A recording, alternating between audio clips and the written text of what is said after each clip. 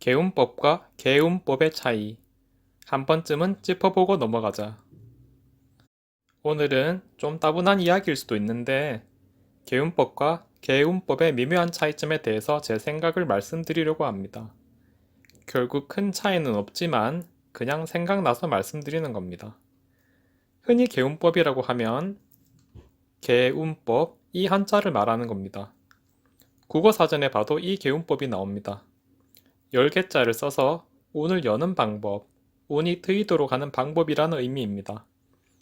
하는 일이 잘 풀리지 않고 진행이 잘 안 되는 것은 자기를 도와주는 운이 막히고 갇혀서 제대로 흐르지 못하기 때문에 이것이 잘 흐르도록 길을 열어준다는 그런 의미이죠. 그리고 제가 주로 쓰는 이 개운법은 고칠 개자를 씁니다. 그래서 운을 고치는 방법이라는 의미인데 사주 명리학자들은 이 의미를 더 선호하는 경향이 있습니다. 궁극적으로는 결국 같은 의미입니다. 운을 좋게 만드는 방법이라는 의미는 같습니다. 다만 개운법은 단순히 운이 트이도록 한다는 것이고 개운법은 진단하고 처방한다는 의미가 좀 더 강합니다. 운이 트인다는 의미와 운을 고친다는 말이 섞여서 쓰이는 경우가 있습니다. 종종 남자 잘 만나서 팔자 고쳤다거나 횡재해서 팔자 고쳤다는 말을 하곤 하는데 인생이 또 운이 이전과는 확연히 다르게 좋아졌다는 것입니다. 귀인이나 큰 재물을 만나서 팔자에 없던 큰 복을 누리게 된 것이죠. 이럴 때 흔히 팔자를 고쳤다고 표현하지만 정말로 고쳤다기보다는 운이 크게 트여서 그동안 못 들어오고 있던 복이 들어왔다는 의미, 즉 열개자를 쓰는 개운의 의미로 이 말을 씁니다. 개운하다라고 하면 무조건 잘 되는 것만 생각하게 되는데 개운이라고 하면 반드시 잘 되는 것만을 의미하는 것은 아닙니다. 개운과 개운의 가장 큰 차이점은 열개자를 쓰는 개운에는 운이 좋아진다는 긍정적인 의미가 강하고 이미 쌓아놓은 복을 이제 열어놓고 쓴다는 의미가 있습니다.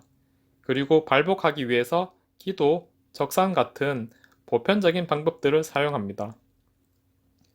고칠 개자를 쓰는 개운에는 사주팔자를 분석하고 진단해서 각자에게 맞게 고쳐 쓴다는 의미가 강하고 큰 복을 받기보다는 안 좋은 점을 찾아서 고쳐서 피해를 줄이고 자기에게 맞는 적성을 찾고 개발한다는 세세한 의미가 담겨 있습니다. 그래서 직업 선택, 활동 시기 선택, 궁합 보기 같은 선택적인 방법을 사용합니다. 간단히 정리하자면 열개자를 쓰는 개운법은 갇혀있는 좋은 운을 열어서 쓰는 방법, 공덕을 쌓고 복을 받는 방법이라는 것이고 고칠 개자를 쓰는 개운법은 잘못된 것을 알고 고쳐 쓰는 방법이라는 것입니다. 차이점을 알아야 할 이유는 있나? 큰 이유는 없지만 한 가지 기억하길 바라는 것은 고친다는 것이 늘 쉽고 재밌고 좋은 느낌만 주는 것은 아니라는 것입니다. 때로는 적성에 맞지 않는 일을 참고 견디면서 해야 할 수도 있다는 것입니다. 적성대로 하여 유명하게 되고 성공한 삶을 살게 되기도 하지만 연애, 가족, 건강 등 다른 면에서는 상당히 삐걱거릴 수도 있습니다. 그러므로 단순히 운이 트여서 발복하고 승진하고 돈을 많이 버는 것만 중요한 것이 아니라 자기의 운이 어떻게 짜여져서 어떻게 흐르는지 알고 조화를 맞추도록 고쳐주는 것도 중요하다는 것입니다. 이 점을 좀 기억해 주시길 바랍니다.